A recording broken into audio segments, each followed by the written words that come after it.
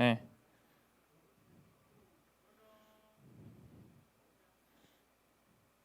네, 여보세요? 네, 여러분. 이제 첫 번째 순서 들어가도록 하겠습니다. 우리 창건생과 함께 찬양으로 또 그냥 듣기만 하는 것이 아니라 함께 소통하면서 하나님을 찬양하는 것이 얼마나 기쁜 일인지 복된 삶인지 알아가는 시간 되시면 좋겠습니다. 네, 그러면 여러분 창건생 한번 불러볼까요? 백창건 선생님 나와주세요. 안녕하세요. 요호. 반갑습니다. 네, 그래요. 채팅창에 아무 말도 없네요. 별로 반갑지 않은가 봐요. 반갑습니다. 제 얘기 잘 들리시면 머리 위로 동그라미 한 번씩만 그려주실래요? 네, 윤정아 고마워. 고마워요. 네, 반갑습니다. 특강하게 된 백창근이라고 합니다. 뭐 제 이름은 다 아실 테니까 뭐 이름 소개 이런 건 생략하고 잠깐 기도하고 제가 시작할게요. 네, 기도하겠습니다. 사랑이 많으신 하나님 아버지 감사합니다. 부족한 사람을 특강하는 자리에 세우셔서 함께 찬양에 대해서 얘기하고 또 나누고자 합니다. 이 시간 하나님이 원하시지 않는 이야기나 또 하나님 마음에 들지 않는 또 합당하지 않은 이야기들이 있다면 하나님 이 시간에 과감하게 제해 주시고 하나님의 생각과 또 하나님의 마음을 온전히 전달하는 그런 귀한 시간이 될 수 있도록 아버지 하나님 인도하여 주시옵소서. 감사드리며 예수님 이름으로 기도드렸습니다. 네, 반갑습니다. 이게 특강이라는 그 주제가 저한테는 좀 다소 부담스럽고 또 어려운 일인 것 같아요. 제가 작년에 찬양이라는 주제로 특강을 했었는데 그때도 많이 떨리고 긴장도 많이 하고 이랬었는데 이 특강이라는 자리는 언제나 좀 저를 떨리게 하고 또 긴장되게 하는 그런 자리인 것 같습니다. 특강은 말 그대로 특별한 강의라는 뜻이죠. 그래서 여기서 강의라는 말이 좀 저를 약간 부담스럽게 하고 그 앞에 특별한이라는 단어가 저를 조금 더 긴장하게 만드는 것 같아요. 여러분들도 아시겠지만 제가 그때 찬양 인도할 때 수능 성적표 보여드린 적 있잖아요. 그죠? 그 국영수 5등급짜리 수능 성적표 제가 보여드린 적이 있는데 제가 막 어떤 주제를 가지고 막 이렇게 강의를 할 정도의 뭐 뛰어난 지식이나 뭐 그런 배움이 많은 사람은 아닙니다. 그래서 뭔가 이렇게 특강이다, 강의다, 뭐 이런 자세를 가지고 막 열심히 필기하고 막 하나라도 더 배워야지 이런 자세를 취하는 거는 저한테는 그렇게 좋은 자세는 아닌 것 같아요. 그냥 앞에서 저 사람이 하는 이야기 한번 들어보자, 그냥 재밌는 이야기겠다 정도로 그렇게 라이트한 또 가벼운 마음가짐으로 이 자리에 임해 주셨으면 좋겠습니다. 저는 이 시간에 뭐 강의 여러분들한테 뭐를 가르친다 이런 개념보다는 그냥 제가 평소에 가지고 있었던 찬양에 대한 어떤 생각들 또 그런 마음들 이런 것들을 그냥 함께 나누고 얘기하는 시간이 될 것 같아요. 그래서 여러분들의 생각이 그리고 평소에 여러분들이 생각했던 찬양에 대한 어떤 마음들이나 또 가지고 있었던 그런 관념들이 제 이야기를 듣고 아주 조금이라도 확장되고 또 넓어지는 그런 시간이 되었으면 좋겠습니다. 네, 갑작스럽지만 에훗 얘기를 좀 한번 해볼까 해요. 에훗. 여러분들 에훗에 대해서 혹시 아시나요? 예, 에훗은 그 모압의 지배로부터 이 고통받던 이스라엘 백성들을 구원해낸 이 베냐민 지파의 사사입니다. 아주 짧게 에훗의 이야기를 해보자면 에훗은 제가 생각하기에 어떤 반전이라는 요소를 가지고 있는 전형적인 인물 중에 하나라고 생각을 해요.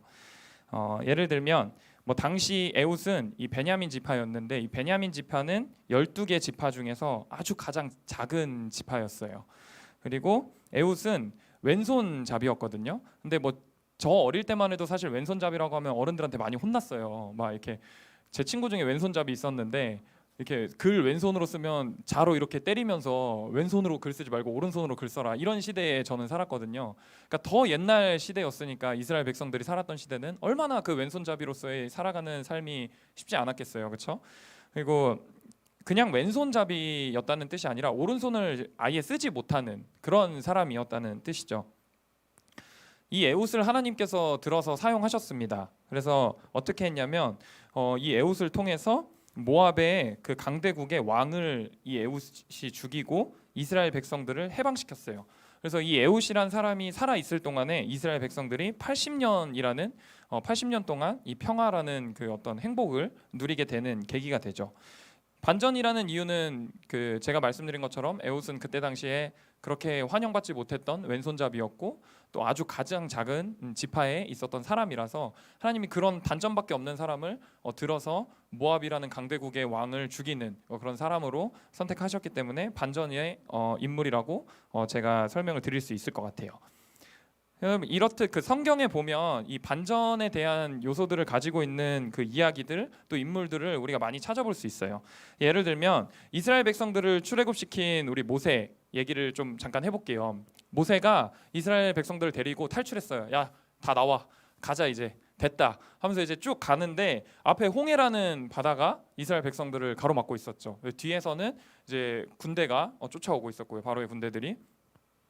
이거 어떡하지? 큰일 났다. 이게 딱 하고 있는데 이게 바다가 뭐 수영해서 건널 수 있는 정도의 사이즈가 아니고 백성들이 너무 많으니까 뭐 그중에 뭐 수영을 할 수 있는 사람이 뭐 얼마나 됐겠어요. 그렇죠?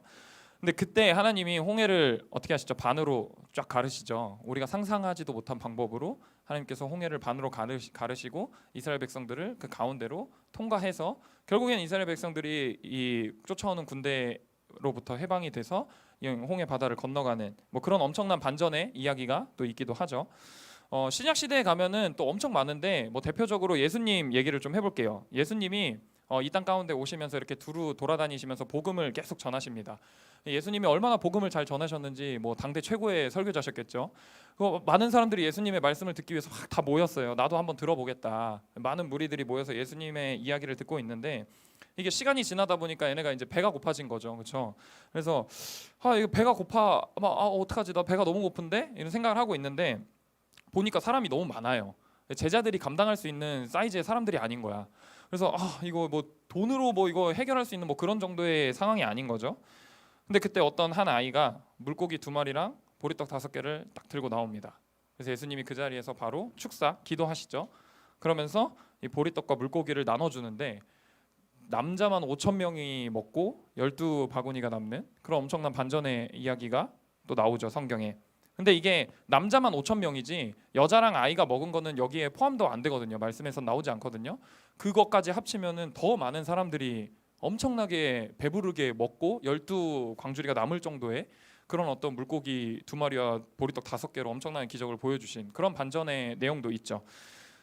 영화도 이렇게 만들면 사실 욕먹어요, 그죠? 요즘 영화는 워낙 이 실제적인 이야기들을 많이 다루다 보니까 물고기 2마리랑 떡 5개로 5,000명 이상 먹였다 그러면은 이제 사람들이 영화 보면서도 욕하는 그런 엄청난 반전의 이야기들이 성경에 나오기도 합니다. 마지막으로 하나만 더 얘기를 할게요. 제가 생각했을 때 성경에서 가장 큰 반전의 이야기, 어떠한 것도 다 이 반전을 이길 수 없다라고 생각하는 이야기가 뭐냐면 저는 십자가 사건이라고 좀 말을 하고 싶어요. 그게 왜 그러냐면 일단 우리가 생각하는 예수님, 하나님은 온 우주의 주인이시고 이 세상 모든 만물을 통치하시고 다스리시는 분이잖아요. 일단 그런 그 엄청난 신 하나님이 인간의 몸을 입고 이 땅 가운데 내려오십니다. 사실 인간의 몸을 입고 이 땅 가운데 내려오셨다는 것 자체도 반전인데 가장 낮은 곳에서 태어나시고 그것뿐만 아니라 나중에는 이제 십자가에 못 박혀서 돌아가시는 그런 상황까지 이제 가게 되죠. 이때 예수님이 십자가에 달려서 돌아가셨을 때 이 악한 영들은 본인들이 예수님을 이겼다고 생각했을 거예요. 내가 예수님을 승리했다. 드디어 내가 저 예수를 죽였다. 이겼다. 이렇게 생각할 테지만 사실 여기에서 큰 반전은 예수님의 죽음부터 시작이죠. 예수님이 죽은 순간 그때부터 죄로 인해서 하나님 앞으로 갈 수 없었던 우리와 하나님과의 사이에 있던 벽이 허물어지게 되죠. 그래서 사실은 예수님한테 갈 수 있는 사람은 대제사장이나 제사장들밖에 없었는데 그 사건 이후로 우리가 하나님 앞에 과감하게 나아갈 수 있는 담력을 얻게 됩니다. 성전 안에 있던 휘장이 반으로 찢어지는 그런 엄청난 사건이 일어나게 되죠. 그러니까 죄로 인해서 하나님이랑 함께 할 수 없었던 인간이 하나님이랑 함께 할 수 있는 그런 어떤 영광을 누리게 되는 존재로 탈바꿈하게 되는 엄청난 반전의 사건이 있죠. 이것뿐만 아니라 예수님이 죽으셨잖아요. 근데 3일 만에 어떻게 되시죠? 살아나시죠.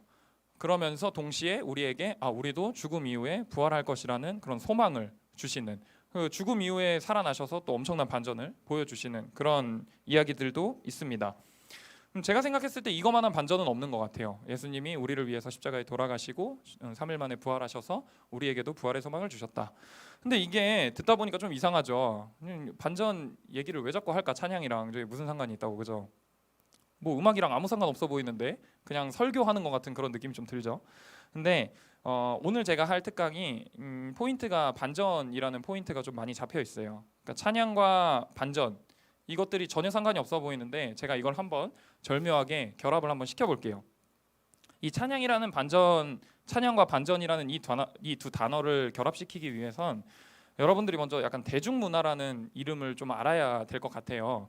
그래서 대중문화, 뭐 중1 친구들한테는 조금 어려운 단어일 수도 있을 것 같아요. 근데 그렇게 사실 어렵지 않아요. 대중문화란 뭐냐면 그냥 현대 사회를 살아가는 다수의 사람들의 문화라는 뜻이에요. 현대 사회를 살아간다는 사람들은 누구일까요? 그냥 저, 그리고 수련회 참석하는 여러분들, 내지는 여기 계신 선생님들, 그냥 이 세상을 살아가는 사람, 일반적인 사람들이 만들어내고 또 경험하고 또 겪고 있는 그런 어떤 일시적인 현상, 뭐 사회의 현상들 이런 것들을 이제 문화라고 표현해서 현대 사회의 문화, 그래서 이걸 대중문화라고 표현을 한다는 거죠.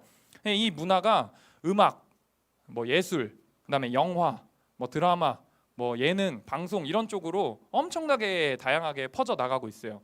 그래서 이거에 어떻게 설명할 수 있냐면 대중문화는 그냥 우리가 흔히들 보는 드라마, 영화, 뭐 아이돌들이 나와서 부르는 노래, 뭐 대중가요 이런 것들이 우리가 생각하는 대중문화라고 그냥 쉽게 그렇게 이해하시면 될 것 같아요. 여러분들이 제 이야기를 들으면서 계속 머릿속으로 기억하고 계셔야 될 것이 하나 있습니다. 그게 뭐냐면 제가 작년 특강 때 이 찬양이라는 주제로 특강을 하면서 찬양에 대해서 설명을 한 부분이 있어요. 이게 1년이 지나서 여러분들이 기억을 못 하시겠지만 그래서 제가 다시 한번 다시 한번 그 리바이브 해드릴게요. 이 찬양은 제가 뭐라 그랬냐면 길이다, 그다음에 드러내다 이 두 가지로 표현을 할 수 있다고 했어요. 이 두 단어로 설명이 된다. 자, 길이다는 제가 무슨 뜻이라고 했냐면 하나님이 행하신 일, 그리고 하나님이 행하신 업적, 하나님께서 우리에게 보여주신 사건 등을 기억하는 것, 그것을 그리고 기억해서 감사함을 표현하는 것, 그것이 길이다라는 의미라고 말씀을 드렸고요. 드러내다는 말 그대로 하나님의 존재 자체를 드러내는 거예요. 하나님이 나와 함께 하신다, 하나님 영광 받으시옵소서, 이렇게 하나님의 존재 자체를 우리의 입술이나 우리의 행동이나 우리의 생각으로 드러내는 것들을 의미한다고 제가 말씀을 드렸었습니다. 이 두 가지를 반드시 기억하셔야 돼요. 이 찬양 특강 때 길이다와 드러내다.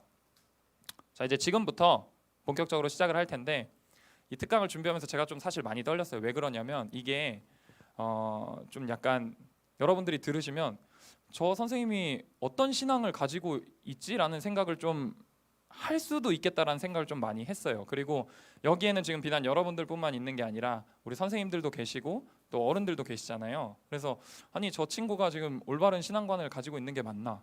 지금 저런 얘기를 하는 게 맞나? 라는 생각을 할 수도 있겠다라는 생각이 좀 들어서 제가 이 특강 주제를 준비하면서 좀 많이 마음에 어려움이 있었고 또 기도도 많이 하고 생각도 많이 했는데 저는 확실히 이 자리에서 말씀드립니다. 저는 일단 이단은 아니고요. 네, 저는 올바른 신앙관을 가지고 있는 사람이고 오랫동안 교회에서 찬양 인도를 해오고 또 목사님들과 여러 선생님들에게 아주 올바른 친구구나라는 칭찬을 많이 받아온 그런 아주 올바른 신앙관을 가지고 있는 사람임을 기억하시고 제 이야기를 좀 들어주셨으면 좋을 것 같습니다.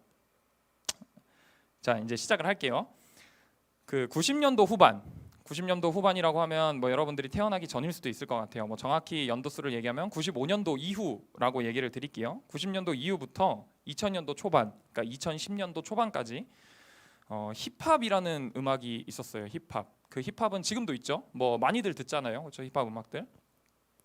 그 힙합이 세상 음악이다. 이거는 기독교인들은 들어서는 안 된다라는 그런 어떤 세상 음악의 상징처럼 여겨지던 시기가 있었거든요. 왜 힙합이 세상의 음악인가? 왜 세상 음악의 상징인가? 이렇게 얘기를 할까라는 부분을 제가 가만히 생각해 보니까 두 가지로 크게 얘기를 할 수 있을 것 같더라고요. 첫 번째는 뭐냐면 원색적으로 비판하는 색채들이 너무 강했어요. 말이 좀 어려운데, 그러니까 쉽게 얘기하면 뭐 우리가 지금 살고 있는 뭐 이 세상에서 살고 있는 이 사회에서 우리에게 자꾸 뭔가 얘기하고 뭐 이렇게 규제하고 규정하는 그런 어떤 기득권, 그다음에 어른들, 우리를 올가매는 학교, 뭐 선생님들, 이런 어떤 사회의 어떤 부조리들, 이런 것들이 모두 잘못됐다, 이거는 옳지 않다, 이러면서 비판하는 그런 것들이 힙합에 대부분 되게 많았어요. 근데 이 비판이 뭐 정상적으로 그냥 나빠요, 이러면 안 돼요, 이런 비판이 아니라 여러분들도 아시다시피 욕설, 뭐 숫자 욕, 뭐 이 강아지 녀석, 뭐 소 녀석, 뭐 이런 욕들이 엄청 난무하던 그런 그 얘기들이 너무 많았어요. 그래서 이 힙합을 들으면은 거의 뭐 힙합 안에서는 욕이 들리지 않으면 이건 힙합이 아니다라고 얘기할 정도의 그런 어떤 음악이었다는 거죠. 그다음에 두 번째로 이 플렉스 문화가 엄청 강했어요. 이 플렉스 문화란 뭐냐면 그냥 내가 최고다, 내가 가지고 있는 돈이 최고다, 나 인기 많다, 뭐 내가 이 정도다, 뭐 나 짱이다, 뭐 이런 것들을 그냥 가감 없이 서스럼 없이 드러내는 어떤 이런 문화들. 그러니까 세상에서 내가 누리고 있는 영광이나 이런 명예들이 내가 최고다, 뭐 이런 것들을 서스럼 없이 드러내는 이런 문화들을 플렉스라고 하는데, 이 두 가지 요소 때문에 힙합이 교회를 그때 당시 다니던 어르신들이나 아니면은 뭐 저처럼 이 젊은 청년들, 학생들 사이에서 이거는 전형적인 세상의 음악이다, 이 노래는 들어서는 안 된다, 이거는 우상 숭배를 하는 음악과 똑같다, 이런 취급을 받았던 적이 있거든요. 그러니까 제가 20대 초중반까지만 해도 힙합을 듣는다고 하면 교회에서, 저는 특별히 또 고신이니까 저한테 엄청 이상한 눈초리로 막 저를 쳐다보는 거예요. 저 사탄의 음악을 듣는다, 저 친구는. 이런 소리도 제가 들은 적 있어요. 제가 힙합을 들었을 때. 저희 어머니는 심지어 저한테 그런 음악 듣지 마라 이러면서 막 저를 혼내시기도 하고 때리시기도 하고. 근데 지금도 그런 평판은 별로 다르지 않겠죠. 왜냐하면 여전히 힙합 안에는 욕설이 있고 그런 돈을 자랑하고 뭐 나 여자애들한테 인기 많다, 뭐 이런 것들을 자랑하는 문화들도 아직 남아 있으니까 뭐 지금 평가도 별반 다르진 않겠지만, 현재 신앙이 있는 사람들, 그러니까 여러분들 세대, 그다음에 여러분들보다 조금 더 윗세대의 어떤 대학부 언니 오빠들한테 힙합을 듣는 것이 옳으냐 그르냐에 대한 문제로 얘기를 한다면 이거 의견이 심하게 갈릴 수 있어요. 기독교인은 힙합을 왜 들으면 안 되냐? 라고 얘기하는 사람들도 있을 수 있고, 무슨 소리냐, 기독교인은 힙합을 들으면 안 되지, 그런 어떤 세상 음악을 들을 수 없다, 이렇게 의견을 갈리는 사람들도 분명히 있겠죠. 근데 제가 아까 반전에 대해서 얘기를 한다 그랬잖아요. 이 반전, 이 힙합이라는 음악을 가지고 이 보란듯이 반전을 일으킨 사람이 한 명 있습니다. 지난주에 강도사님께서 설교하셔서 제가 깜짝 놀랐는데, 이 누구냐면 여러분들도 아시는 힙합퍼인데 BY라는 사람이에요. BY 다 아시죠? 이게 쇼미더머니에 나온 노래고요. 이 포레버라는 노래인데 우리가 좀 길어야 한 2분 정도 됐는데, 일단 이 곡을 한번 듣고 제가 계속 설명을 해볼게요. 일단 한번 들어볼게요.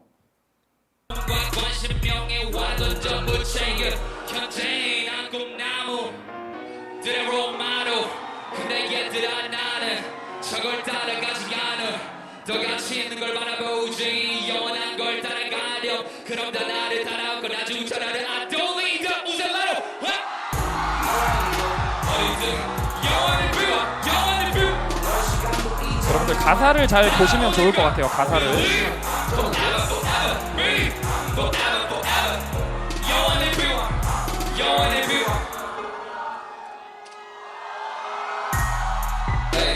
진짜로 여기저기 어디든 매번 들리는 내 이름. 멋있어. 최고라고만 해도 최고란 사실은 famous. Yeah. 나를 보면서 누가 카메라부터 켜는 ladies. 정작 내 앞으로는 오지도 못하고 멀리서 가만히 지켜보고만 있는 내일. 점점 늘어나는 팔로우. 돈이 생길수록 늘어나는 problem. 은었어 그저 불어나는 잔금. 유명해질수록 입수록 많아져 더 늘어날 거다. 너 그래서 나도 원하지. 원하지만 집착은 내게 절대 안 권하지. 눈에만 보이는 달콤한 누상들에게는 평생 전하지 않아. 당연하지 난 놈의 존재가 계속해 그대에게 고민. 영원히 비워. 나만 따라오는 거 believe. Forever forever be. 영원히 비워, 영원히 비워. 안개는 매번 내적 버저대로 I want you never. 매도 내 매듭 문매 곳으로 내를 깨쳐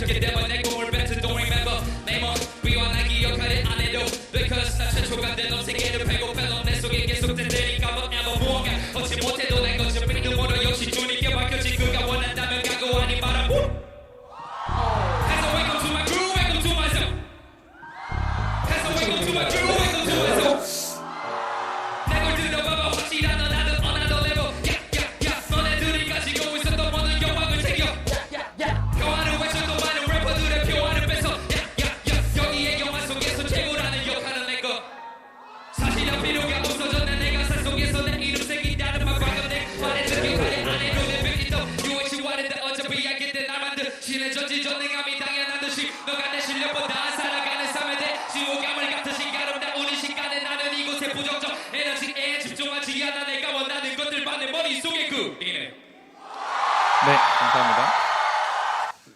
어때요? 멋있죠? 네, 진짜 멋있죠. 근데 가사를 우리가 조금만 살펴볼게요. 앞에 살짝 잘렸는데 제가 읽어드릴게요. 이 가사에 무슨 가사가 나오냐면 24신 난 매달 11조 봉투에 100만 원을 100장씩 넣을 거야. 100만 원 100장씩 넣으면 얼마인지 알아요? 1억이에요. 1억. 나 11조 1억 할 거야. 이런 얘기죠. 이게 다른 래퍼들이랑 좀 달라요. 다른 래퍼들은 어떻게 하냐면 돈 많이 벌었다. 나 돈 이만큼 벌 거야 라고 표현할 때 나 롤렉스 시계 살 거고 나 차 머스탱 끌 거야. 너네가 따라올 수 없을 정도의 부를 내가 보여줄게. 약간 이렇게 얘기하는데 BY는 돈을 많이 벌었다는 표현을 어떻게 하냐면 나 11조 1억 할 거야. 이렇게 얘기를 해요. 이런 가사도 있어요. 여러분들 보셨지만 현재의 난 꿈나무들의 롤 모델. 근데 얘들아 나는 저걸 따라가지 않아. 여기서 저거는 뭘 말하는 것 같아요? 제 생각에는 힙합에서 흔히들 얘기하는 돈, 명예, 명성 뭐 이런 거겠죠. 그 뒤에 이런 가사가 나옵니다. 더 가치 있는 걸 바라보지 영원한 걸 따라가렴. 더 가치 있고 영원한 건 뭘까요? BY가 얘기했던 다른 곡들이나 뭐 BY가 시상식에서 얘기했던 뭐 성경 구절 이런 것들을 인용해 봤을 때 제 생각에는 더 가치 있고 영원한 건 BY가 얘기하는 건 예수 그리스도 복음이라고 생각할 수 있겠죠. 마지막엔 이렇게 얘기합니다. 나는 이곳에 부정적 에너지에 집중하지 않아. 내가 원하는 것들만 내 머릿속에 그리네. 이게 뭐예요? 힙합에 대한 부정적 에너지. 힙합은 욕설이다. 힙합은 세상 음악이다. 힙합은 하나님이 싫어하시는 음악이다. 이런 부정적인 시선들, 안 좋은 시선들, 세상적인 요소들, 그런 부정적 에너지에 집중하지 않고 나는 힙합을 통해서 하나님을 드러내길 원하시는 나에게 주신 하나님의 비전만 내 머릿속에 그리겠다. 그런 얘기예요. BY 그 쇼미더머니에서 1등 했거든요. 그리고 그 지난주에 강사님이 얘기하신 것처럼 설교 나와가지고 앞에서 얘기하셨던 것처럼 시상식에서 복음을 담대히 전하는 그런 사람이에요. 이외에도 BY의 음악들 뭐 틱톡이나 뭐 데이데이 같은 그런 음악들 들어보면 아예 대놓고 뭐 히브리서 말씀, 로마서 말씀 막 집어넣고요.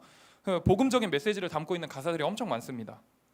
여러분 어떻게 생각하세요? 이거 어른들한테 예를 들어 저희 어머니한테 얘기하면 야, 쟤 저거 이거 좀 이상하다. 저 잘못된 신앙관을 가지고 있는 것 같다. 이렇게 얘기하실 확률이 굉장히 높아요. 왜냐하면 세상 음악을 가지고 자기가 조금 유명해지기 위해서 왠지 하나님의 말씀을 인용하고 그렇게 막 쓰는 것 같고 이런 느낌이 많이 드니까요. 근데 여러분들은 어떻게 생각하세요? 앞서 제가 찬양은 뭐라고 얘기했죠? 두 가지 기억하라고 했죠. 기리다와 나타내다, 드러내다. 그렇죠? BY의 노래들을 보면은 BY는 하나님을 드러내고 싶어서 막 안달이 난 친구 같아요. 내가 믿는 하나님이 난 정말 이 대단하다고 생각한다. 난 이건 무조건 드러내야겠다. 이 복음적 메시지를 난 분명히 전해야겠다. 이런 생각을 가지고 음악을 하는 친구인 것 같다는 생각이 든다는 거죠. 찬양은 제가 그때도 말씀드렸던 것처럼 음악에만 국한되지 않습니다. 찬양, 이꼴 음악 이게 아니에요. 왜냐하면 하나님을 드러내고 하나님을 기리는 그런 사람들 자체, 그런 삶을 살아가는 사람들 자체도 저는 그러한 삶도 찬양이라고 생각한다고 작년에도 제가 말씀드렸죠. 왜냐하면 그러한 삶에서 하나님의 모습이 충분히 드러나고 하나님의 형상을 나타낸다면 그것 또한 하나님을 드러낸 거기 때문에 찬양이 될 수 있다. 그러한 삶을 살아가는 것도 찬양이 될 수 있다. 이렇게 얘기했기 때문입니다. 그러면은 여러분 제가 질문 하나 할게요. BY의 음악 지금 여러분이 들으신 포레버 저거 찬양인가요? 아닌가요? 찬양이라고 할 수 있나요? 없나요? 네.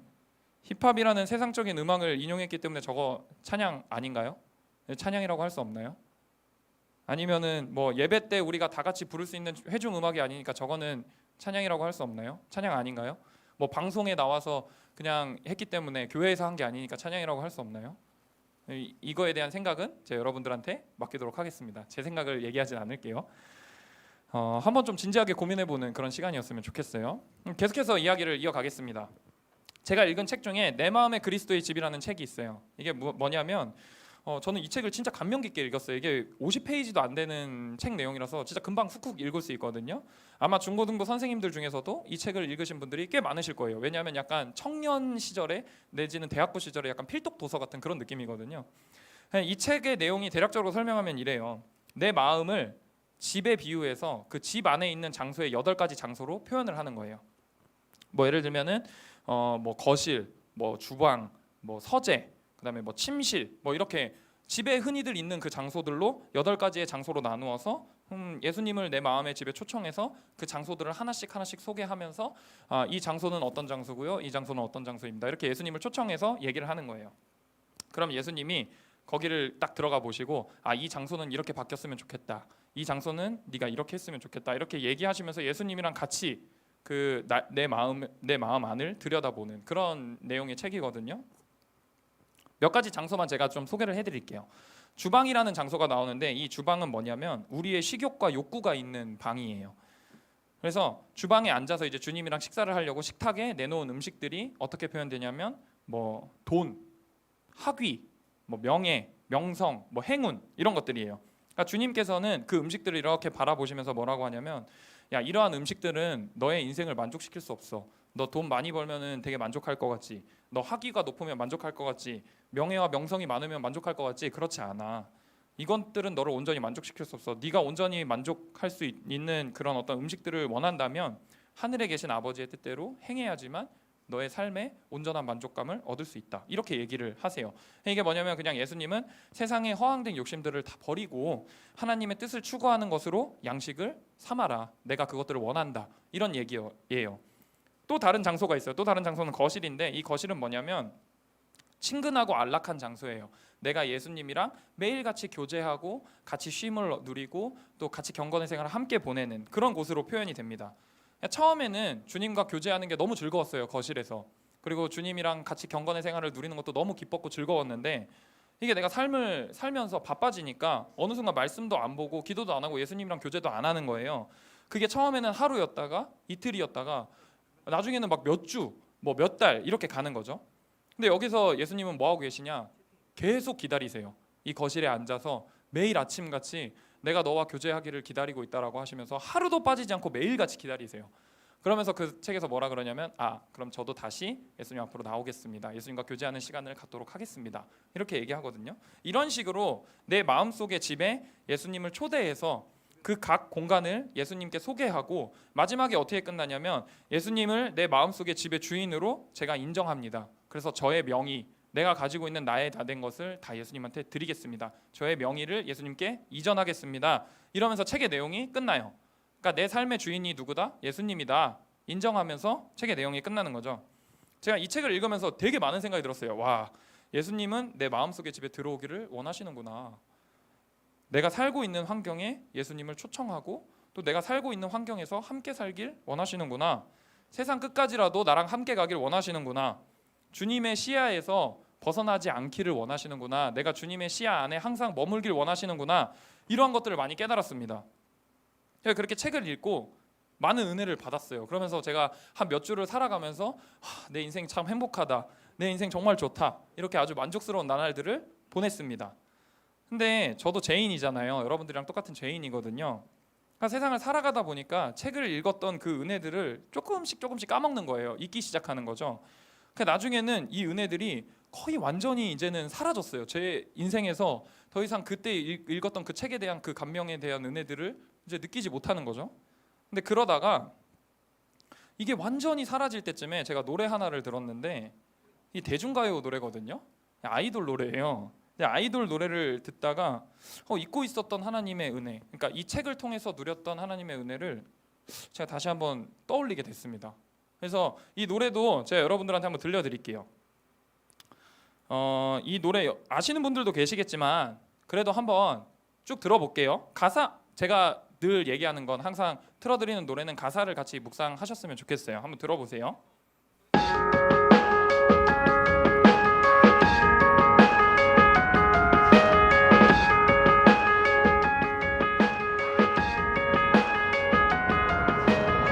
조그만 날긋짓 널 향한 이끌림 나에게 따라오라 손짓한 것 같았어 애절한 눈빛과 무언의 이야기 가슴에 회오리가 몰아치던 그날 밤 오묘한 그대의 모습에 넋을 놓고 하나뿐인 영혼을 뺏기고 그대의 몸짓에 완전히 취해서 숨쉬는 것조차 잊어버린 나인데 말치처럼 사뿐히 앉아 눈을 뗄 수 없어 시선이 자연스레 걸음마다 여러분 이제 잘 들어보세요.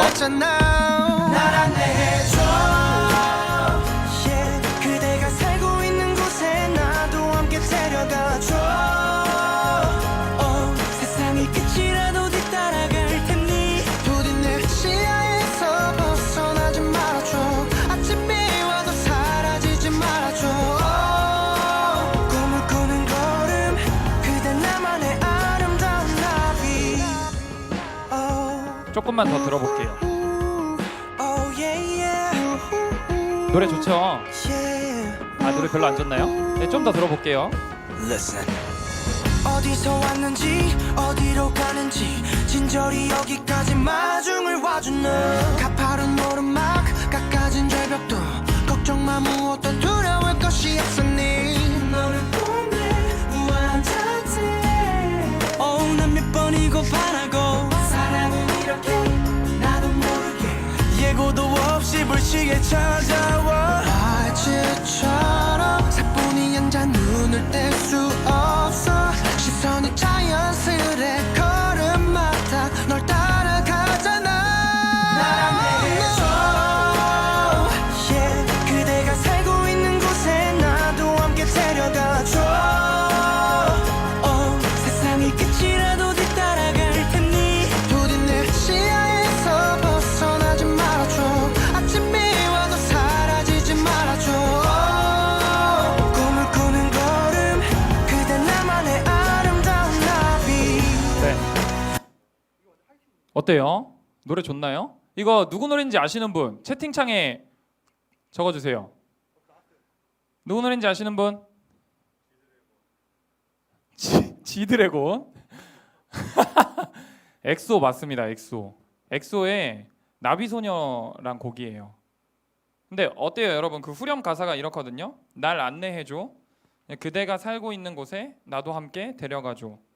세상의 끝이라도 뒤따라갈 테니 부디 내 시야에서 벗어나지 말아줘. 아침이 와도 사라지지 말아줘. 꿈을 꾸는 거든 그댄 나만의 아름다운 나비. 아까 제가 책 읽고 여러분들한테 나눴던 얘기들 기억나시나요? 제가 뭐라고 나눴냐면 예수님이 내 마음속에 집에 들어오시기를 원하시는구나. 예수님이 내가 살고 있는 환경에 예수님을 초청하기를 원하시는구나. 그리고 함께 살기를 원하시는구나. 세상 끝까지라도 함께 가시긴다고 얘기하시는구나. 예수님의 시야에서 벗어나지 않길 원하시는구나. 이거 어때요? 가사 내용에 그대로 다 있죠. 제가 이 노래를 듣고 하나님의 은혜를 잊었던 하나님의 은혜를 다시 회복하는 거예요. 아이돌 노래, 하나님이랑 전혀 상관없는. 얘네가 하나님을 알고 이 노래를 불렀을까요? 물론 뭐 개중에 믿는 멤버가 있는지 잘 모르겠지만 이 엑소라는 멤버가 하나님을 정말 생각하면서 이 노래를 불렀을까? 저는 그렇다고 생각하지 않거든요. 그럼 이 노래를 만든 작곡가가 뭐 제가 누군지는 모르겠지만 정말 하나님을 찬양하고 싶어서 이 노래를 만들었을까요? 저는 그렇다고 생각하지 않거든요. 근데 여기서 반전인 게 제가 그런 거랑 아무 상관없는데 이 노래를 듣고 잊고 있었던 하나님의 은혜를 떠올렸다는 거죠. 좀 이상하잖아요. 제가 좀 이상하잖아요. 제 스스로가. 엑소가 부른 노래에 하나님의 은혜를 내가 다시 떠올린다고? 약간 이상한 거예요. 제 스스로도 좀 이상하다고 제가 느껴지는 거예요. 지금 내가 제대로 된 신앙관을 갖고 있는 게 맞나? 이런 가사들에 지금 이런 세상 음악에 하나님의 은혜를 느끼고 있는 나의 이 신앙관이 올바른가?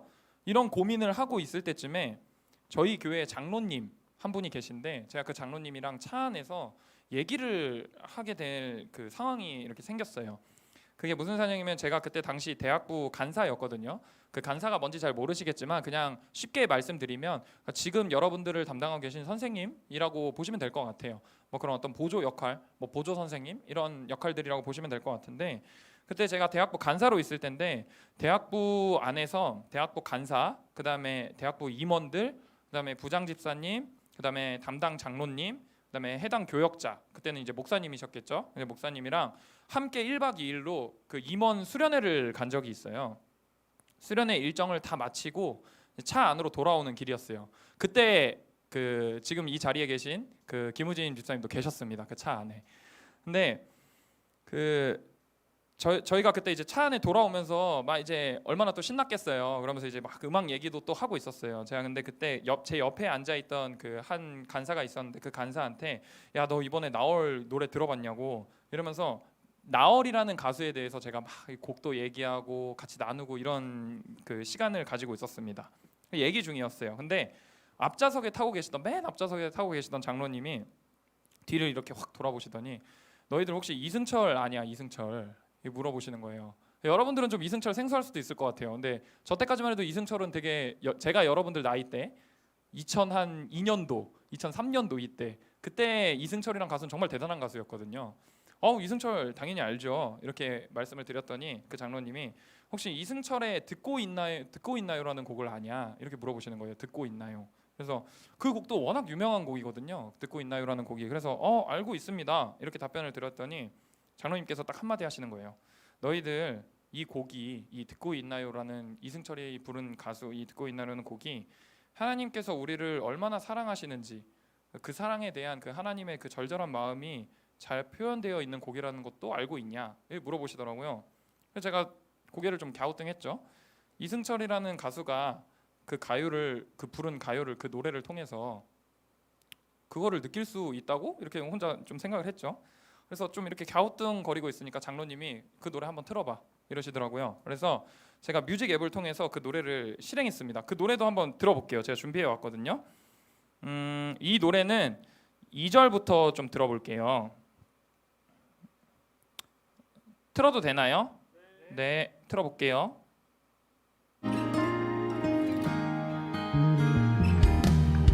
그대 내겐 올 수 없어도 아직 이별은 아니죠.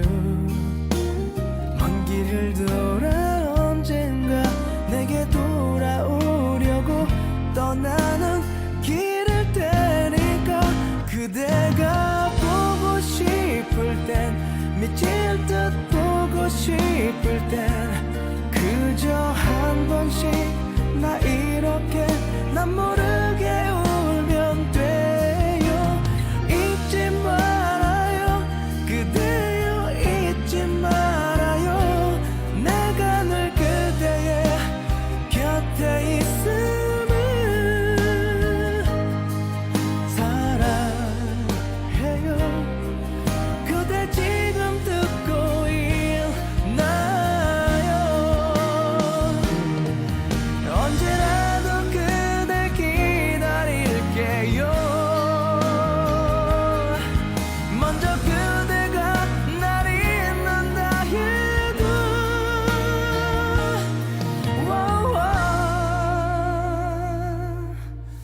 사랑하니까 내가 더 사랑하니까 그대 눈물도 외로움도 내가 다 가져갈게요. 울지 말아요 그대여 울지 말아요 세상이 그대를 슬프게 해도 사랑해요. 그대 지금 듣고 있나요? 네. 어때요? 그렇게 들리세요? 이거 제가 한번 표현해 볼게요. 장로님이 그때 가사를 하나씩 읊어주시면서 무슨 얘기를 하셨냐면 2절 가사가 이렇게 시작해요. 그대 내게 올 수 없어도 아직 이별은 아니죠. 이게 뭐냐면 장로님이 이렇게 표현하시더라고요. 죄로 인해서 우리가 하나님한테 갈 수 없지만 하나님과 우리의 사이가 완전히 이별인 건 아니다. 그 다음 가사가 이렇게 나와요. 먼 길을 돌아 언젠가 내게 돌아오려고 떠나는 길일 테니까. 그러니까 죄로 인해서 하나님으로부터 우리가 떨어져 나갔지만 우리가 결국엔 예수님의 십자가의 희생으로 우리는 다시 하나님께로 돌아갈 거다. 잊지 말아요 그대여 잊지 말아요 내가 늘 그대의 곁에 있음을. 잊지 말아라. 절대 잊지 말아라. 하나님께서는 항상 우리 곁에 계시고 함께 하신다. 사랑해요 그대 지금 듣고 있나요? 하나님께서 우리를 사랑한다고 계속 말씀하신다. 그리고 들리냐고 계속 말씀하신다. 이렇게 표현하시더라고요. 어때요? 그러니까 장로님이 말씀하신 것처럼 이 곡을 마치 하나님이 우리한테 들려주고 싶은 이야기 같다라는 표현을 쓰셨거든요. 그때 당시에. 어떻게 보세요, 여러분들은? 뭐 좀 약간 억지로 좀 끼워 맞춘 것 같나요? 선생님 그런 그 귀에 걸면 귀걸이고 약간 코에 걸면 코걸이 같은데 그럼 이별 노래 사랑 노래들이 뭐 다 저렇게 해석될 수 있는 거 아니냐? 뭐 이런 생각도 또 드실 수 있고 또 저한테 그런 질문을 하실 수도 있겠죠. 물론 그렇게 느껴질 수도 있습니다. 거기에 대한 내용도 제가 충분히 설명해 드릴 수 있어요. 근데 그거는 지금 하기엔 너무 기니까 궁금하시면 개인적으로 찾아오시면 제가 그건 설명을 드릴게요. 근데 그렇게 느껴질 수도 있어요. 근데 제가 드리고 싶었던 얘기는 여러분 누군가는 대중문화나 이 대중가요라는 장르 속에서 하나님을 발견할 수 있다라는 얘기예요. 가요를 들어도 그다음에 영화를 봐도 드라마를 봐도 하나님이랑 아무 상관없이 만들어진 그곳 안에서도 하나님을 발견할 수 있고 하나님의 은혜를 경험할 수 있다는 얘기예요. 이게 저 혼자 그랬으면은 제가 이렇게 특강으로 못했을 텐데 저희 교회 장로님도 그러시고 또 제 주변에 있는 친구들도 그렇게 느끼는 사람들도 있거든요. 그러니까 성경에 등장하는 이 수많은 반전의 요소들처럼 하나님이랑 전혀 상관없어 보이는 문화들 속에서도 똑같이 하나님을 발견할 수 있다는 얘기입니다. 이게 반전인 이유가 하나님을 전혀 알지 못하는 작곡가들, 또 하나님을 전혀 알지 못하는 작사가들, 뭐 신앙이 아예 없는 사람들이 이 노래를 만들어도, 영화를 만들어도 이러한 점들을 발견할 수 있다는 게 되게 반전적인 요소라는 뜻이죠. 제가 저 어린 시절 여러분들보다 더 어렸을 때, 초등부, 뭐 유치부 이때만 해도 교회에서 드럼 치거나 교회에서 일렉 기타를 친다? 이거는 있을 수도 없는 일이었어요. 여러분들 지금 생각에는 이상하잖아요. 아니 왜 드럼 못 치게 해? 왜 일렉 못 치게 해? 이렇게 생각하잖아요. 근데 이게 무슨 얘기냐면 그 악기들, 그 드럼이라는 악기, 그 일렉이라는 악기는 이 세상에서 쓰는 도구다. 이 세상 음악할 때 쓰는 도구를 감히 하나님 찬양하는 데 쓸 수 없다. 이게 그때 당시 어른들의 전반적인 생각이었어요. 저는 심지어 고신이었고, 여러분들 자꾸 제가 고신에서 그 고신이 뭔지 잘 모르시겠지만, 이 고신은 완전 엄청 보수적인 그런 신앙관을 가지고 있는 그런 그 모임이라고 보시면 될 것 같아요. 그때 저 어렸을 때는 더 보수적이었어요. 어느 정도였냐면 순대도 못 먹게 했어요. 순대 먹지 마. 순대 왜 못 먹게 했냐면 교회에서 그 말씀에서 그 돼지가 불결한 짐승 중에 하나거든요. 그래서 그 불결한 짐승의 창자를 가지고 만든 음식을 어떻게 먹을 수 있어? 이거 먹으면 안 돼. 이 정도로 보수적이었어요. 근데 지금 어때요, 여러분들? 지금 교회에서 드럼 치고 일렉 치는 거 그렇게 얘기하시는 어른들 계신가요? 아무도 없죠. 오히려 드럼 안 치고 일렉 안 치면은 비어 보이고 허전하다는 얘기를 더 많이 하십니다. 이것도 어떻게 보면은 반전의 요소로 볼 수 있겠죠. 그게 불과 15년 전, 20년 전 얘기예요. 저 어릴 때니까. 한국에서 가장 유명한 워십팀들, 여러분들 알고 계신 그 워십팀들 전부 다 드럼, 일렉, 기타 다 사용하고 있어요. 그렇게 악기들을 사용해서 만들어진 찬양을 심지어 어른들은 세상 음악이라고 말씀하시면서도 지금 그 찬양들이 교회에 들어오면서 많은 사람들이 그 찬양으로 하나님을 높이고 찬양합니다. 요새는 심지어 어른들도 요즘 워십팀들이 하는 찬양을 부르기 시작해요. 반전도 제가 보기엔 이런 반전이 없어요. 그 시대를 살아보지 않아본 여러분들은 잘 모르시겠지만 그 시대를 직접 겪어온, 그리고 일렉 기타를 칠 때 혼났던 저의 그 모습을 돌아보면 이 반전도 이런 반전이 없는 거죠. 이제는 사용하지 않으면 아쉬울 정도의 상황이 된 거죠. 역대하 5장 13절 14절에 보면 이런 말씀들이 나옵니다.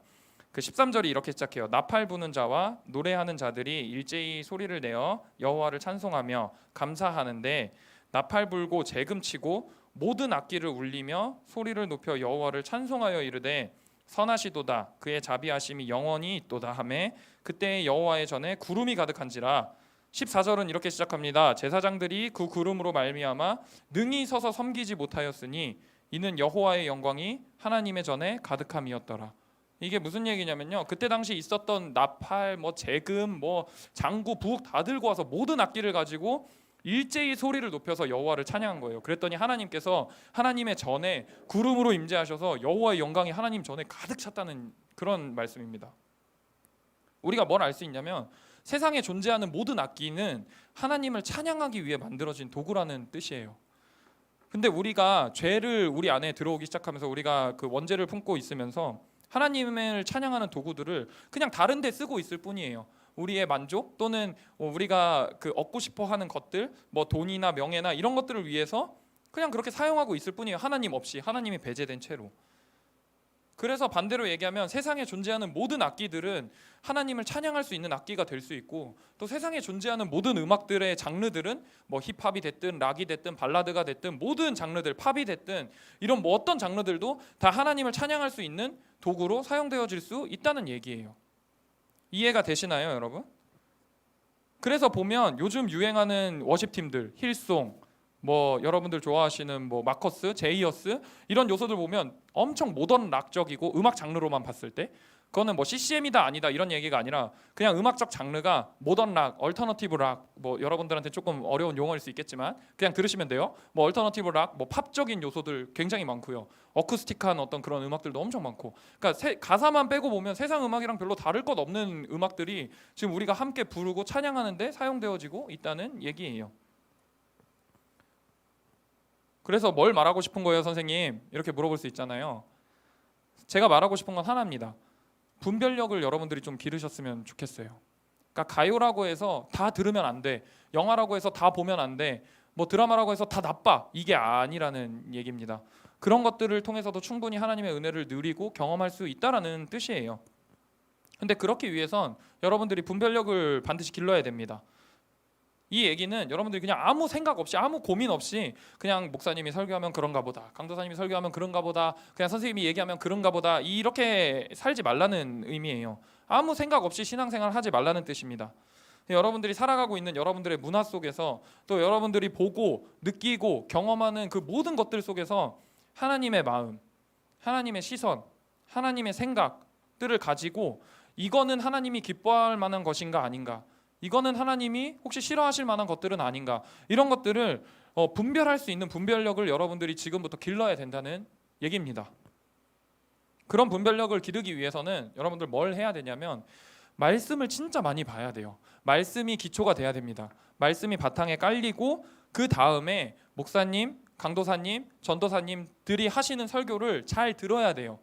그 안에 우리가 고민하는 대부분의 것들이 어느 정도 해소될 수 있는 요소들이 분명히 있거든요. 이 두 가지를 여러분들이 끊임없이 행할 때, 말씀을 계속 보고 강도사님 설교를 집중해서 듣고 목사님이 하시는 얘기들을 집중해서 듣고 그리고 또 말씀을 보고, 이러한 일을 끊임없이 행할 때 아까 제가 얘기했던 것처럼 하나님이랑 전혀 상관없는 곳에서도 하나님이 일하시고 있다는 사실을 발견할 수 있습니다. 전혀 상관없어 보이는 대중문화, 전혀 상관없어 보이는 그 대중가역 속에서도 하나님의 은혜를 경험하고 발견할 수 있다는 얘기예요. 그리고 우리가 심지어 어른들이 얘기했던 세상의 것이라고 여겨진 것들, 드럼, 힙합, 뭐 일렉, 뭐 락, 이런 것들도 하나님이랑 전혀 상관없어 보이는 그런 요소들도 여러분들이 나중에는 하나님을 드러내고 하나님을 나타내는 찬양의 도구로 충분히 쓸 수 있다는 그런 얘기입니다. 마치 BY처럼 뭐 다른 뭐 워십팀처럼요. 현재 문화 선교사로 활동하고 계신 분들이 진짜 많아요. 뭐 그분들은 세상의 문화를 막 이렇게 막 배척하지 않아요. 막 이렇게 뒤로 두지 않아요. 저건 나쁜 거니까 우리가 보면 안 돼, 우리가 저거를 경험하면 안 돼, 완전 이렇게 뒤로 배척하고 이렇게 막 제외시키지 않습니다. 그분들은 어떻게 하냐면 그분들은 이 세상의 문화를 정확히 분별해요. 이게 하나님이 보시기에 합당하신 문화인가 아닌가를 정확히 분별해서 청소년과 청년들에게 그대로 적용을 시킵니다.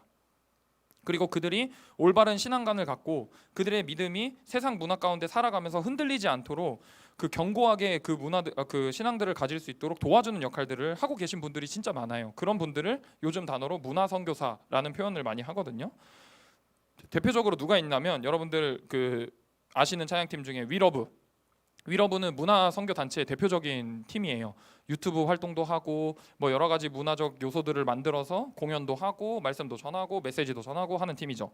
또 여러분들이 아시는 찬양팀 중에 제이어스도 마찬가지로 문화 선교 사역에 일조하고 있는 찬양팀이라고 볼 수 있습니다. 그리고 여러분들은 잘 모르시겠지만 제가 아는 선교사님 중에 미스터 탁이라는 예명을 쓰시는 서종현 선교사님이라고 계세요. 그분은 머리 막 짧게 깎으시고 선교사님인데 막 힙합하고 랩하고 막 이런 분이에요. 그분들이 하시는 활동이 문화선교 사역이라고 볼 수 있는 거죠. 가요를 만드는 작곡가 분들 중에서도 하나님과 인간관계를 사람과 사람 사이에 일어나는 일들에 비유해서 곡을 만들거나 작사를 하는 분들도 굉장히 많이 있습니다. 그분들은 당연히 신앙을 가지고 계신 분들이겠죠. 또 드라마 작가나 영화를 만드는 사람들도 예수님을 꼭 드러내지 않고 말씀을 꼭 드러내지 않아도 비유를 통해서 영화나 드라마에 복음적인 메시지들을 집어넣으시는 분들이 굉장히 많아요. 근데 여러분들 그것들을 발견하기 위해서는 어떻게 해야 되냐면 아까 제가 얘기했던 말씀이 여러분들 근간 안에 있어야 되고 여러분들 마음에 자리를 잡아야 되고 목사님이나 강도사님이 하시는 설교들을 집중해서 계속 들어야 돼요. 그래야지만 그 숨겨진 요소들, 이 문화 속에서 하나님이 어떻게 일하시는지 발견할 수 있다는 뜻입니다. 대표적인 영화 얘기 들면 반지의 제왕, 나니아 연대기 이런 거 재밌게 보셨을 테지만 그런 것들이 복음적 메시지를 많이 담고 있어요. 해당 영화들은 SF 그냥 일반 공상과학 영화 같죠. 모르는 사람들, 신앙에 대해서 알지 못하는 사람들은 그냥 재밌는 일반적인 SF 영화 같아요. 오크랑 인간이랑 싸우고 그냥 큰 사자가 나오고 그냥 그게 다거든요. 근데 신앙을 알고 그 말씀을 마음속에 가진 사람들은 그 영화가 이거는 충분히 복음적 메시지를 담고 있는 영화다라는 사실을 캐치할 수 있다는 거죠. 그리고 심지어 그 영화를 쓴 작가들은 그리스도인들입니다, 여러분. 네. 그러니까 저는 이 찬양 특강을 통해서 여러분들한테 드리고 싶은 얘기가 뭐냐면 찬양이란 단순하게 찬양 이꼴 음악 이 얘기가 아니란 뜻이에요. 삶으로 하나님을 드러내는 삶 자체도 충분히 찬양의 요소가 될 수 있다라는 얘기를 여러분들한테 꼭 하고 싶습니다. 어떻게 살아가느냐가 굉장히 중요하다는 얘기를 꼭 하고 싶어요. 힙합을 하고 싶다면 힙합을 하셔도 좋습니다. 근데 그 힙합을 가지고 내가 돈을 많이 벌어야지, 내가 인기를 많이 누려야지, 막 문신해가지고 내가 다른 힙합퍼들처럼 나도 막 스웩 있게 막 이렇게 해야지, 이런 요소들을 가지고 힙합 문화를 접근하지 말고 이 힙합을 통해서 내가 어떻게 하면 하나님을 드러낼 수 있을지, 하나님을 나타낼 수 있을지, 어떻게 하면 사람들한테, 믿지 않는 사람들한테 복음의 메시지를 전달할 수 있을지 BY처럼 그렇게 고민하는 여러분들이 되었으면 좋겠다라는 뜻입니다. 여러분들한테 문화 선교사가 되라는 말도 아니에요. 작곡가나 작사가가 돼서, 또는 영화를 만드는 사람이나 영화를 만드는 감독이 돼서 드라마를 만들고 영화를 쓰라는 그런 뜻도 아닙니다. 제가 여러분들한테 원하고 여러분들한테 전하고 싶은 메시지는 그냥 여러분들이 속해 있는 지금 여러분들의 문화, 지금 여러분들의 세상 속에서 경험하고 있는 여러분들이 체험하고 있는 것들을 하나님의 시선과 하나님의 마음으로 바라보고 분별할 수 있도록 여러분들이 계속 고민하고 계속 또 고민하는 그런 사람들이 됐으면 좋겠다라는 의미입니다. 또한 여러분들이 세상 문화의 중심 속에서 하나님을 드러내는 그리스도인으로서 살아갔으면 좋겠다는 그런 의미도 포함되어 있기도 합니다. 왜냐하면 저는 여러분들이 이 시대의 문화의 중심이라고 생각하거든요. 저는 이제 지는 해예요. 저는 이제 30대 중반을 향해 달려가고 있는 사람이고, 여기 계신 선생님들도 이제는 밑에 자라나는 애들한테 문화를 물려주고 또 이제 그 아이들한테 양보해줘야 되는 시대로 점점 접어들고 있습니다. 여러분들이 문화의 중심이고 여러분들이 문화의 주인공이란 얘기죠. 그런 문화의 중심과 세상 문화의 주인공인 여러분들이, 저는 BY나 뭐 다른 기타 제가 소개했던 여러 사람들처럼 그런 반전의 주인공이 됐으면 좋겠습니다. 그래서 계속 고민하셨으면 좋겠어요. 내가 이렇게 행동하는 게 하나님이 기뻐하실 만한 일인가 또는 아닌가, 이런 것들을 계속 고민하고 또 고민하는 그런 사람들이었으면 좋겠습니다. 그리고 그런 분별력들을 갖기 위해서 정해진 시간에 기도도 하고 말씀도 보는 여러분들이 되었으면 좋겠습니다. 나중에 여러분들 이런 문제에 되게 많이 봉착하실 거예요. 제가 겪었던 문제처럼 그리스도인이 힙합을 들어도 되는지 안 되는지, 이런 게 이제 제가 겪었던 경험이라면 여러분들 나중에 20살 되고 대학생활을 할 때 내가 클럽을 가도 될까 안 될까, 내가 술을 마셔도 될까 안 될까, 이런 세상의 문화들을 가지고 고민하는 순간이 여러분들 반드시 옵니다. 근데 그때 만약에 여러분들이 술을 마실 거면 내가 어떤 신앙적 근거로 가지고 술을 마시는지, 만약에 술을 마시지 않을 거면 내가 어떤 신앙적 근거로 술을 마시지 않을 건지, 이런 것들을 여러분들이 생각하고 고민해서 결론을 도출해내고 그렇게 여러분들의 신앙의 뿌리를 튼튼히 세워가는 여러분들이 되었으면 좋겠습니다. 그렇게 하려면 지금부터 훈련해야 돼요. 지금부터 고민해야 됩니다. 여러분들이 속해 있는 학교에서 여러분들이 친구들이 하는 게임을 통해서, 뭐 배틀그라운드를 통해서, 롤을 통해서 뭘 하든 내가 지금 하나님의 시선과 하나님의 마음으로 이것들을 바라보고 한번 생각해보고 고민해보는 그런 시기가 지금부터 있어야 돼요. 그래야지만 여러분들이 20살이 되고 30살이 되고 나중에 성인이 됐을 때 다가오는 문화적인 갈등들 사이에서 분별력을 갖고 여러분들의 신앙관을 지키는, 신앙의 가치를 지키고 하나님을 드러내는 그런 사람들로 거듭날 수 있습니다. 그리고 굳건한 신앙의 뿌리를 가질 수 있을 거예요. 1시간 동안 제가 열심히 떠들었거든요. 이제 정리 한번 해볼게요. 반전의 이야기로 제가 처음에 시작을 했죠. 성경에 나온 반전의 예들을 들었습니다. 뭐 모세의 예도 들었고 예수님의 예도 들었고 많은 얘기들을 들었죠. 그렇게 반전에 대한 이유를 설명한 이유가 대중문화의 가요 속에서 내가 느꼈던 하나님의 은혜를 말씀드리기 위해서 반전에 대한 얘기를 했었죠. 그리고 그 대중문화의 가요 속에서 어떻게 하나님이 드러내시는가, 이런 부분들도 나누었던 것 같아요. 제가 분명히 말씀드렸습니다. 찬양은 기리고 드러내는 것이다. 기린다는 건 하나님이 행하신 업적과 하나님의 행하신 일들을 기억하고 표현하는 것이고, 드러내는 건 말 그대로 내적으로, 외적으로 하나님을 표현하고 나타내는 것이라고 말씀드렸습니다. 대중가요 속에서도 느꼈던 하나님의 은혜를 제가 함께 나누었습니다. 그리고 이러한 것들이 맞는가 아닌가, 내가 힙합을 듣는 게 맞는가 아닌가, 내가 가요를 통해서 누렸던 하나님의 은혜는 하나님의 은혜인가 아닌가, 이런 것들을 여러분들이 스스로 계속 고민하고 또 고민하고 분별력을 가지고 판단할 수 있는 사람이 되도록 노력해야 된다. 그래서 말씀을 꾸준히 보셔야 되고 설교를 꾸준히 들어야 되고 꾸준히 기도를 해야 된다고 분명히 말씀드렸습니다. 고민 없이 신앙생활 하지 마시고 항상 고민하는 여러분이 되셨으면 좋겠습니다. 그래서 저는 나중에 여러분들이 세상 문화의 중심의 주인공으로 보이지 않던 하나님의 일하심을 그 문화 속에서 발견하고 세상 문화는 무조건 나쁘다 잘못됐다 이렇게 배척하는 게 아니라 그 문화 속에서 어떻게 하면 내가 이 요소들을 가지고 하나님을 나타내고 드러내고 복음적인 메시지를 전할 수 있을지 하나님의 시선과 하나님의 마음을 가지는 여러분들이 되셨으면 좋겠습니다. 그렇게 찬양하는 삶을 사는 저와 여러분이 되었으면 좋겠습니다. 이상입니다. 기도하고 마칠게요. 네, 기도하겠습니다. 하나님 아버지 참 감사합니다. 저에게 귀한 시간 내주셔서 함께 하나님의 은혜와 또 찬양이란 무엇인가, 우리가 어떻게 찬양하면서 삶을 살아갈 수 있을 것인가에 대해 나누고 고민할 수 있는 시간들을 허락하여 주심에 주님 감사합니다.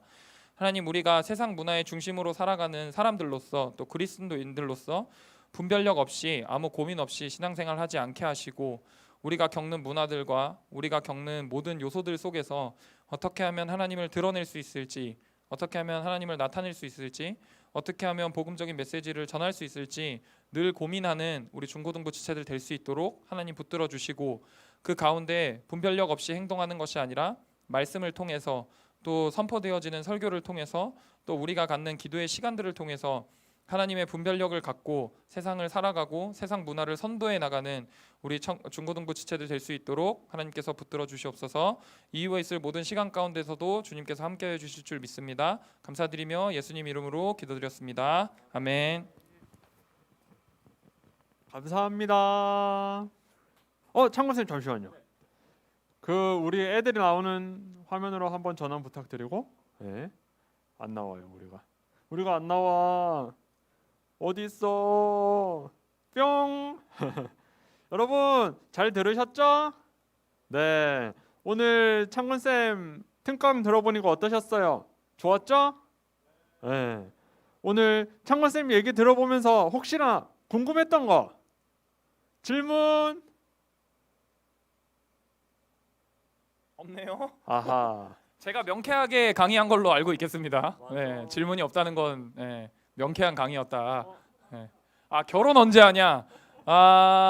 건기영 선생님이신가요? 그 소개시켜 주시고 말씀해 주시면 좋을 것 같습니다. 네.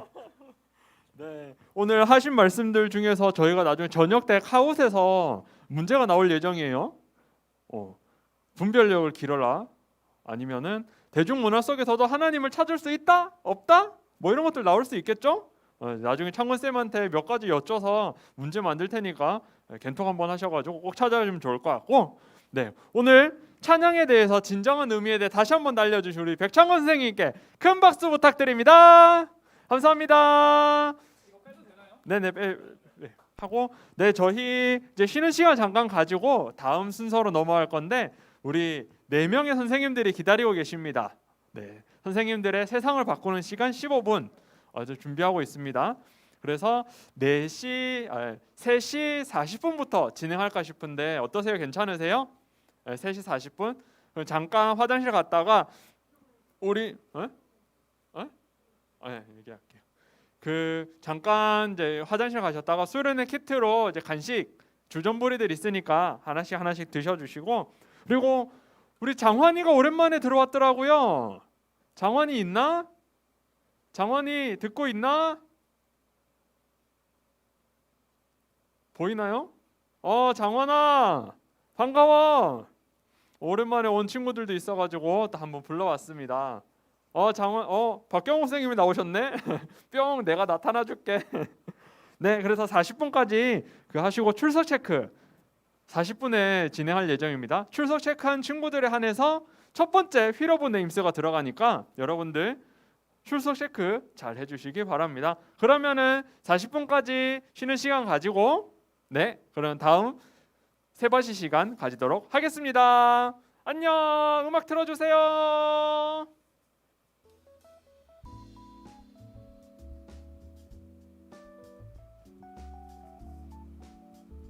제 화면도 바꿔주세요.